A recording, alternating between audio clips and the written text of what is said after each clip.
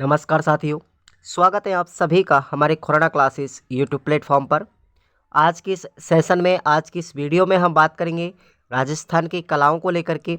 राजस्थान की हस्तकला, राजस्थान की वास्तुकला, तो ये क्या चीज़ होती है, इनके बारे में हम पूरा आज विस्तार से पढ़ने वाले हैं। तो अब हम इस टॉपिक को पढ़ने से पहले आपको बता दें कि आपके लिए इस टॉपिक से 2 या 3 क्वेश्चन हर एक एग्ज़ाम में पूछे जाते हैं। अक्सर 2-3 क्वेश्चन ध्यान रखना, चाहे वो रीट की परीक्षा हो, चाहे वो सीईटी हो, चाहे आपकी पटवार भर्ती हो, चाहे संगणक, यानी कि जिसमें भी राजस्थान जीके पूछा जाता है उसमें ये टॉपिक 101% 2 या 3 प्रश्न इस टॉपिक से पूछे जाते हैं। तो साथियों, ये आपका ईवीएस के अंदर टॉपिक भी है, राजस्थान की हस्तकला वास्तुकला, ध्यान रखेंगे। तो ये आपकी 32 नंबर की क्लास होगी ईवीएस में। पर्यावरण में टॉपिक है ये, अपना ध्यान रखेंगे।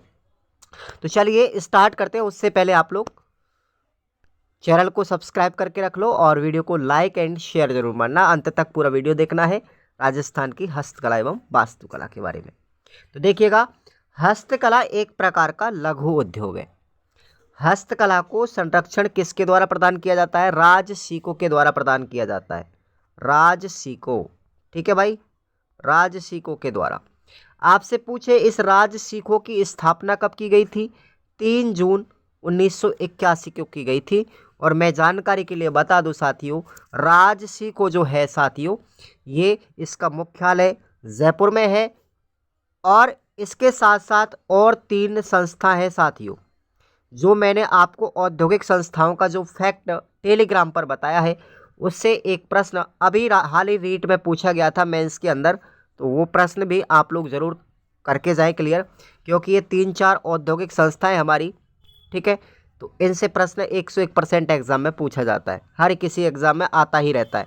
तो वो मैंने आपको टेलीग्राम पर फैक्ट बता दिया और यूट्यूब पर भी वीडियो मैंने अपने की फैक्ट वाली में डाल रखी है प्लेलिस्ट में। तो सबकी मैंने प्लेलिस्ट बना रखी है, आप लोग जरूर पढ़ें सबको। हस्तकला का तीर्थ जो है जयपुर शहर को कहा जाता है, और हस्तकला का केंद्र जो है साथियों बोरनाड़ा को कहते हैं। ये याद रखेंगे आप लोग, हस्तकला का केंद्र है बोरनाड़ा, जोधपुर में। राजस्थान सरकार हस्त निर्मित वस्तुओं को राजस्थली के नाम से विपणित करती है, यानी बेचती है। राजस्थली के नाम से बेचती है। अब हम आगे देखते हैं। राजस्थान में 3 शिल्पग्राम स्थित हैं। 3 शिल्पग्राम कौन कौन से? पहला तो है हवाला शिल्पग्राम, जो हमारा उदयपुर में है। दूसरा है जवाहर कला केंद्र, यह है जयपुर में है। और पाल शिल्पग्राम, यह है जोधपुर में स्थित है। तो तीनों को याद रखेंगे, इंपॉर्टेंट है तीनों ही, ठीक है भाई। खुराना क्लासेस चैनल को आप लोग सब्सक्राइब करके रखो। अब हम आते हैं एक एक कला के बारे में विस्तार से जानकारी पढ़ेंगे इस क्लास में। पोट्री कला यानी मृण्मय कला क्या होती है? यह कला मूल रूप से पर्सिया ईरान की है। ईरान से इस कला को अकबर कहाँ से लेके आए थे? लाहौर यानी पाकिस्तान से लेकर के आए थे। और लाहौर से मानसिंह प्रथम आमेर यानी राजस्थान में लेकर के आए थे। ये दोनों चीज़ आपको याद रखनी है। ईरान से कौन लेके आए थे? अकबर लेके आए थे, और लाहौर में, और लाहौर से कौन लाए थे? मानसिंह प्रथम कछवा लेकर के आए थे, जो अकबर के क्या थे? नवरत्नों में शामिल थे। आप लोग सब जानते हो, भगवंत मान के पुत्र, ठीक है। तो ये आमेर लेके आए, राजस्थान में लेके आए थे। चीनी मिट्टी के बर्तनों पर चित्रकारी का जो कार्य किया जाता है, चित्रकारी का जो काम किया जाता है, वो पोट्री कहलाती है। राजस्थान में 4 प्रकार की पोट्री कला है, ध्यान रखेंगे। और ये प्रश्न कई बार एग्जाम में रिपीट हुआ है साथियों। पहली है हमारी ब्लू पोट्री, दूसरी है ब्लैक पोट्री, तीसरी है सुनहरी पोट्री, और चौथी है कागजी पोट्री। इन चारों के बारे में विस्तार से पढ़ने वाले हैं, अच्छे से ध्यान रखो क्लास को पूरा को। तो देखिए, blue pottery, blue pottery Jaipur की प्रसिद्ध है। इसका निर्माण 5 तत्वों से होता है। 5 तत्व शामिल है इस ब्लू पोट्री में। पहला है हरे रंग का कांच, दूसरा है क्वार्टस, एक धातु है ये, तीसरा है गोंद, चौथा है सोडियम कार्बोनेट, और 5वां है मुल्तानी माटी। ये 5 तत्व ब्लू पोट्री से वस्तुएं बनाने में काम में लिया जाता है। और इन सभी चीज़ों को लगभग हम इन सभी तत्वों को 8 से डिग्री सेंटीग्रेड पर गर्म करते हैं, और इसे हम रईस पॉटरी भी कहते हैं। ब्लू पॉटरी को हम क्या कह सकते हैं साथियों, रईस पॉटरी भी कहते हैं इसको। ब्लू पॉटरी के जनक कौन है, ये इंपॉर्टेंट है, कृपाल सिंह शेखावत, जिनका संबंध कहाँ से है, सीकर जिले से। ये मऊ गांव सीकर के निवासी थे। कृपाल सिंह शेखावत को वर्ष 1974 में पद्मश्री अवार्ड से सम्मानित किया गया था। वेरी वेरी इंपॉर्टेंट है, ब्लू पॉटरी के जनक कौन है, कृपाल सिंह शेखावत, जिनको वर्ष 1974 में पद्मश्री अवार्ड से सम्मानित किया गया था। इन्होंने ब्लू पॉटरी पर 25 रंगों का प्रयोग किया। और आपसे पूछे कि इस कृपाल सिंह शेखावत के गुरु कौन थे, भूर सिंह शेखावत थे। एक एक चीज़ को मैं विस्तार से बताऊंगा। इस कला को मान सिंह प्रथम लाहौर से लेके आमेर आए थे। और ब्लू पॉटरी में अगर महिला कलाकारों की बात करेंगे तो कौन है, स्वर्गीय नाथीबाई और मीनाक्षी राठौड़। ये दो महिला याद रखना, ब्लू पॉटरी के अंदर इंपॉर्टेंट है महिलाएं। एक तो है नाथीबाई और दूसरी है मीनाक्षी राठौड़। ये ब्लू पॉटरी से संबंधित महिला कलाकार हैं। अगर आपसे जनक पूछे राजस्थान में तो कृपाल सिंह शेखावत है ब्लू पॉटरी के, ध्यान रखना। ब्लू पॉटरी का सर्वाधिक विकास किसके काल में हुआ, राम सिंह सेकंड के काल में हुआ था, जो जयपुर के शासक रहे थे। ओके मेरे भाई, तो ये हमारी ब्लू पॉटरी होती है। उसके बाद आती है ब्लैक पॉटरी। ब्लैक पॉटरी कहाँ की प्रसिद्ध है, कोटा की प्रसिद्ध है। चीनी मिट्टी के बर्तनों पर काले रंग की प्रधानता में जो चित्रकारी की जाती है उसे हम ब्लैक पॉटरी कहते हैं। इसमें क्या होता है, जैसे गमले, दाना, दोना, प्लेट, कप इत्यादि पर जो चित्रांकन किया जाता है वो ब्लू पॉटरी से किया जाता है, ब्लैक पॉटरी से किया जाता है। उसके बाद है सुनहरी पॉटरी।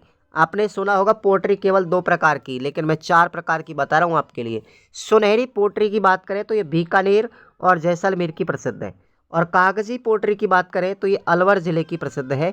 और कागज़ को गला करके बर्तन बनाने की जो कला होती है ना, उसको हम पेपर मैसी कहते हैं। और पेपर मैसी के माध्यम से हम कागजी पॉटरी तैयार करते हैं।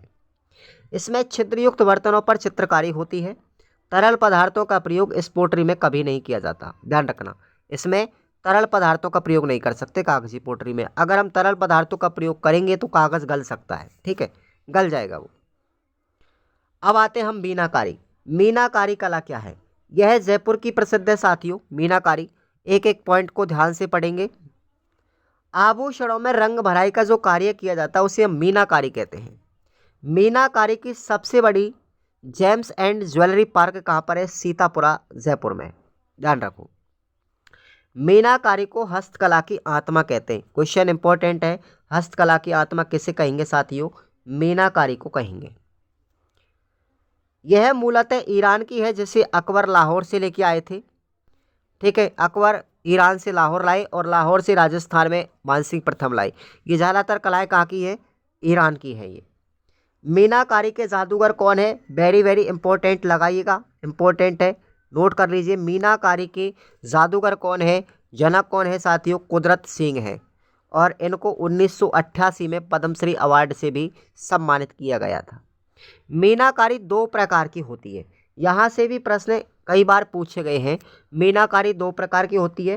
पहली है कच्ची मीनाकारी, जिसमें पीतल के आभूषणों पर रंग भराई का कार्य किया जाता है। इसे हम मुरादाबादी मीनाकारी भी कहते हैं और यह अलवर तथा जयपुर की प्रसिद्ध है। यानी पीतल के आभूषणों पर अगर हम रंग भराई का कार्य करेंगे वो कच्ची मीनाकारी है। इसको मुरादाबादी मीनाकारी भी कहते हैं और यह अलवर तथा जयपुर की प्रसिद्ध है। दूसरे नंबर पर है पक्की मीनाकारी। इसमें चांदी के आभूषणों पर रंग भरने का काम किया जाता है, जिसे तहनीसा मीनाकारी के नाम से जानते हैं। और यह नाथद्वारा, राजसमंद तथा जयपुर की प्रसिद्ध है। तांबे की मीनाकारी बात करें तो ये कहाँ की प्रसिद्ध है, भीलवाड़ा की प्रसिद्ध है। समझ में आ रहा होगा अच्छे से। अब बात करते हैं कुंदनगिरी। ये कुंदनगिरी कला क्या होती है साथियों, देखिएगा। आभूषणों पर रत्न जड़ने की या कांच जड़ने की जो कला होती है वो कहलाती है कुंदनगिरी, है ना। ये कई बार एग्जाम में पूछा जा सकता है कि कुंदनगिरी क्या चीज़ है ना। तो आभूषणों पर रत्न या कांच जो जड़ाई की जाती है उसको हम कुंदनगिरी कहते हैं और ये जयपुर की प्रसिद्ध है साथियों। नेक्स्ट है कोफ्तागिरी। कोफ्तागिरी कहाँ की प्रसिद्ध है, जयपुर और अलवर की प्रसिद्ध है। और यह कोफ्तागिरी जो कला है ये मूल रूप से दार्शनिक क्षेत्र की है, पंजाब में आता है ये, तो ये पंजाब की है। फौलादी वस्तुओं को अधिक आकर्षित बनाने के लिए कोफ्तागिरी का काम किया जाता है, कोफ्तागिरी का प्रयोग किया जाता है। उसके बाद है बरक कार्य। बरक कार्य जयपुर का प्रसिद्ध है। सवाई जयसिंह के काल में यह कार्य प्रारंभ हुआ था और इसमें क्या होता है, चांदी के तारों पर, चांदी के तारों से मिठाई को आकर्षित दिखाने के लिए बनाया गया एक घोल। देखो आप सभी जानते हो, आप लोगों ने मिठाई खाई होंगी ना, तो उसमें चांदी का सा तार आता है ना, नीचे पन्नी लगी आती है, नीचे मिठाई के ऊपर ऐसे पन्नी लगी आती है ना, वो चांदी चांदी की सी, तो वही कार्य है, उसको हम बरक कार्य बोलते हैं। इसके प्रसिद्ध कारीगर कौन है साथियों, पन्नीगर कहलाते हैं। इसके प्रसिद्ध कारीगर जो है बरक कार्य को करने वाले, वो पन्नीगर कहलाते हैं। उसके बाद है वर्क। देखो बरक अलग चीज़ है और वर्क अलग है, तो वर्क का कार्य शेखावाटी और जयपुर में किया जाता है। उसके बाद है कांच वर्क यानी मिरर वर्क। यह चौटन गांव बाड़मेर का प्रसिद्ध है। मिरर वर्क का जो कार्य है सबसे ज़्यादा जैसलमेर में किया जाता है और प्रसिद्ध कहाँ का है, चौटन बाड़मेर का। उसके बाद है थेवा कला। इंपॉर्टेंट कीजिएगा, नोट लगाइएगा, थेवा कला प्रतापगढ़ की है। वेरी वेरी इंपॉर्टेंट है ये कला मेरे दोस्तों। आप लोगों को बिल्कुल भी लापरवाही नहीं करनी है, कतई बिल्कुल अच्छे से पढ़ना है, बारीक तरीके से पढ़ना है, एक एक पॉइंट को पढ़ना है। थेवा कला है वो हरे रंग के कांच पर सोने की नक्काशी का कार्य किया जाता है। जो हरे रंग का कांच होता है उस पर सोने की नक्काशी का काम किया जाता है, उसको हम थेवा कला कहते हैं। इसमें बेल्जियम आयात भी होता है। और थेवा कला के जनक कौन है, नाथूजी सोनी। नोट कीजिएगा, थेवा कला के जनक कौन है, नाथूजी सोनी है ना भाई। चलिए, यह कला प्रतापगढ़ में प्रसिद्ध हुई थी। कब हुई थी, प्रतापगढ़ के शासक सामंत सिंह के काल में ये प्रारंभ हुई थी ये कला। ठीक है, प्रतापगढ़ के शासक कौन थे, सामंत सिंह, उनके काल में यह कला प्रारंभ हुई थी। सामंत सिंह ने नाथू सोनी परिवार को राज सोनी परिवार कहा है, ये उपाधि प्रदान की थी। थेवा कला को जीआई टैग प्राप्त है। नोट कीजिएगा, ये प्रश्न आधुनिकतम तरीके से पूछा जा सकता है कि ऐसी कौन सी कला जिसको जीआई टैग प्राप्त है, तो वो थेवा कला है। इसके प्रसिद्ध कलाकार देखिए भाई, महेश सोनी है। महेश सोनी, नाथूजी सोनी तो इसके जनक है थेवा कला के, और इसमें एक कलाकार और आता है महेश सोनी, जिनको 2015 में पद्मश्री अवार्ड से सम्मानित किया गया था और इस थेवा कला को जीआई टैग प्राप्त है। वर्तमान में इसके कलाकार पूछे जाए तो कौन है, गिरीश कुमार है। तो 3 व्यक्तियों के नाम याद रखना आपको थेवा कला में, गिरीश कुमार, महेश सोनी और नाथूजी सोनी, है ना भाई। चलिए, थेवा कला को अंतर्राष्ट्रीय स्तर पर प्रसिद्धि दिलाने का कार्य किसने किया था, जस्टिन बर्की ने किया था। इंपॉर्टेंट है ये भी, थेवा कला को इंटरनेशनल लेवल पर, ठीक है, प्रसिद्ध करने का जो काम किया था वो किया था जस्टिन बर्की ने। इंपॉर्टेंट है। हरे रंग के अलावा अन्य रंग के कांच पर भी सोने की नक्काशी का जो कार्य किया जाता है उसको हम आला थेवा कहते हैं। क्या बोलेंगे फिर उसको, आला थेवा। हरे रंग पर करेंगे तो थेवा कला, और हरे रंग के अलावा अन्य किसी रंग के कांच पर कर रहे हैं तो वो कहलाएगी आला थेवा कला। चलिए, उसके बाद है हमारी उस्ता कला। उस्ता कला कहाँ की प्रसिद्ध साथियों, यह है बीकानेर की प्रसिद्ध है। उस्ता कला बीकानेर की प्रसिद्ध है और इसमें क्या होता है, ऊंट की खाल पर सोने की नक्काशी का काम किया जाता है, तो वो उस्ता कला कहलाती है। यह भी मूल रूप से ईरान की है। ईरान से इसको अकबर लाहौर लेके आए थे, और लाहौर से इसको कौन लेके आए थे बताओ, लाहौर से मानसिंह लेके नहीं आए, कौन आए थे, मोहम्मद उस्ता परिवार इसको लाहौर से लेके आया था। उस समय पर बीकानेर में अनूप सिंह का शासनकाल था। समझ में आ गया ना। चलिए, उस्ता कला को प्रसिद्ध करने का कार्य किसका है, कादर बख्श ने किया था। इसको प्रसिद्ध किसने किया था, उस्ता कला को कादर बख्श ने किया था। इसको राजस्थान में लेके कौन आए थे, मोहम्मद उस्ता परिवार लेके आया था। इसके प्रसिद्ध कलाकार पूछे उस्ता कला के तो वो हैं हिसामुद्दीन उस्ता, जिनको 1986 में पद्मश्री अवार्ड से सम्मानित किया गया। समझ में तो आ रहा होगा ना अच्छे से, एक बार लाइक ज़रूर कर दीजिए भाई। अगर पूछे कि उस्ता कला के वर्तमान में कलाकार कौन है, तो हनीफ उस्ता और जलीम उस्ता। महिला कलाकार पूछे तो कौन है, ज्योति स्वरूप शर्मा और ममता शर्मा। ये 2 महिलाएं हैं उस्ता कला के अंदर, जो याद रखनी है, आपको भूलना नहीं है। उस्ता कला के प्रशिक्षण हेतु कैमल हेयर हाइड ट्रेनिंग की स्थापना 15 अगस्त 1975 में की गई थी, जिसके प्रथम निदेशक कौन थे, हिसामुद्दीन उस्ता थे। और प्रथम प्रशिक्षणार्थी नहीं, इसका प्रथम ट्रेनिंग लेने वाला विद्यार्थी कौन है? असगर खान थे। भैया एक एक प्रश्न बड़ा इंपॉर्टेंट है इस चैप्टर का, तो मैं कहाँ तक आपको बताऊं। इस चैप्टर को आप लोग अगर 2-3 प्रश्न आप कंठस्थ याद करना चाहते हैं तो जरूर पढ़ के जाना बारीकी से। उसके बाद है मथेरण कला। मथेरण कला कहाँ की है? बीकानेर की है। किसी भी धार्मिक या पौराणिक स्थलों पर धार्मिक पंक्तियों को लिखना मथेरण कहलाता है। मथेरण कला बीकानेर की प्रसिद्ध है। इसके प्रमुख कलाकार आपको याद रखने रामलाल, मुन्नालाल और मुकुंद, ये 3 व्यक्ति हैं।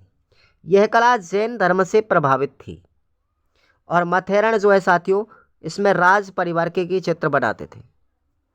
नेक्स्ट है काष्ठ कला, यानी लकड़ी की कला के लिए प्रसिद्ध जगह कौन सी है? लकड़ी की कला बताइए काष्ठ कला के लिए बस्सी गांव चित्तौड़गढ़ का प्रसिद्ध है। इसके जनक कौन है? काष्ठ कला के जनक हैं प्रभात जी सुथार।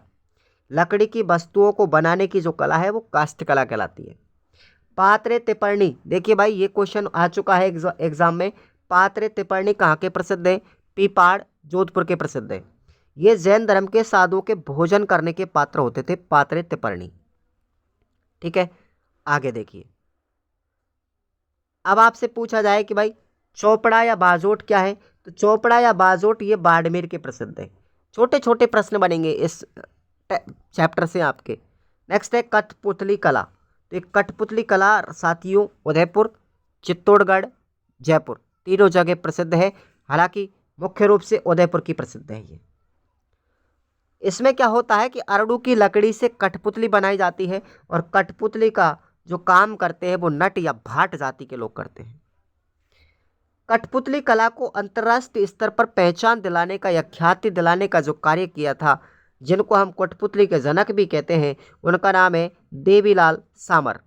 ध्यान रखेंगे मेरे भाई, देवीलाल सामर का संबंध या कठपुतली के जनक कौन है? देवीलाल सामर है साथियों। अच्छे से याद रखना। और इन्होंने ही इंटरनेशनल लेवल पर कठपुतली कला को ख्याति दिलाई थी। कठपुतली कला का मुख्य सूत्रधार जो है वो स्थानक कहलाता है। कठपुतली के जादूगर आपसे पूछें तो दादा पद्मश्री हैं। कौन है? दादा पद्मश्री है कठपुतली के जादूगर। कठपुतली के जनक देवीलाल सामर हैं। आगे देखिए, कठपुतली को भारतीय लोक कला मंडल, जिसकी स्थापना उदयपुर में की गई थी साथियों, तो भारतीय लोक कला मंडल के द्वारा इसे संरक्षण प्रदान किया गया था। और इस भारतीय लोक कला मंडल की स्थापना 22 फरवरी 1952 को की गई थी। ठीक है भाई, देवीलाल सामर के द्वारा। नेक्स्ट है हमारे कावड़, बेवान या गणगौर, ये तीनों कहाँ की प्रसिद्ध हैं? बस्सी गांव चित्तौड़गढ़ की। कावड़ लकड़ी की बनाई जाती है, तो इसके भी जनक कौन है? प्रभात सुथार जी हैं। लकड़ी से निर्मित मंदिरनुमा आकृति वो कावड़ कहलाती है। कावड़ में मूर्ति स्थापित करते ही वो बेवाड़ बन जाती है। देखो, केवल लकड़ी की खाली है बनी आकृति तो वो कावड़ है, और कावड़ में अगर मूर्ति रख देंगे तो वो बेवाड़ बन जाएगी, जिसे हम देव विमान या चलता फिरता मंदिर या फिर मिनीएचर वुडन टेम्पल भी कहते हैं। मिनीएचर वुडन टेम्पल क्या कहलाता है? कावड़ को ही कहते हैं, बेवाड़ को। अब देखिए, चंदन काष्ठ कला कहाँ की प्रसिद्ध है? चूरू की है। वैसे काष्ठ कला बस्सी चित्तौड़गढ़ की है, लेकिन चंदन की लकड़ी की जो कला होती है वो चूरू की प्रसिद्ध है। लकड़ी पर शिल्प हेतु कहाँ का प्रसिद्ध है? लकड़ी पर शिल्पकारी का काम कहाँ किया जाता है? जेठाना गांव अजमेर में किया जाता है ना दोस्तों। चलिए, उसके बाद है बात करते हैं चेले क्या होते हैं। चेले आपने सुना होगा नाम। ये चेले क्या है? तो तागड़ी के जो तागड़ी होती है ना हमारी ताकड़ी, उस ताकड़ी के तराजू जो है उसको हम क्या कहेंगे? ताकड़ी का जो तराजू, उसको चेला कहते हैं, चेले। लकड़ी का कार्य करने वाला व्यक्ति खाती या सुथार कहलाता है। ठीक है, बढ़ई। और सुथार को वर्षोपरांत दिया गया जो अनाज है वो बरसात कहलाता है। यहाँ पर जो लकड़ी के काम करते हैं ना, इनको बाद में 1 साल ख़त्म होने के बाद इनकी भेज उगाई जाती थी, जिसको हम क्या बोलते हैं? बरसात कहते हैं। ये बाद में उगाई करते थे पूरे गांव से। ठीक है, तो वो बरसात कहलाता है, वो अनाज जो दिया जाता था उसको। तो ये आप लोगों को याद रखना है ना मेरे भाई। उसके बाद हम आते हैं फड़ चित्रण पर। चलिए फड़ चित्रण को हम कल आपको पढ़ाएंगे। फड़ चित्रण से कल की क्लास में आपको क्लास ली जाएगी फड़ चित्रण के बारे में। तो आपने ये 31 क्लास अब तक पर्यावरण की पढ़ चुके हैं साथियों, ठीक है। 32 क्लास हो गई, सॉरी 32वां क्लास था ये जो अब तक आपने पढ़ा था। आप लोग टेस्ट सीरीज़ को ज्वाइन कर लो सभी के सभी, अगर आप तैयारी कर रहे हैं तो। टॉपिक वाइज है वो टेस्ट सीरीज़। मैं बार बार आपसे कह रहा हूँ, समय अगर निकल गया और प्रैक्टिस आपने समय से पहले नहीं की तो कोई फ़ायदा ही नहीं है फिर पढ़ने का। बार बार कितना भी आप रिवीजन कर लो कोई मतलब नहीं है बिना टेस्ट सीरीज़ के। एक प्रैक्टिस जरूरी होनी चाहिए टॉपिक वाइज। तो चलिएगा, चैनल को सब्सक्राइब करके रखो और बेल आइकन प्रेस कर लो, क्लास आती नोटिफिकेशन मिल जाएगा। और साथ ही साथ आप टेलीग्राम को ज्वाइन कर लो। Thank you so much.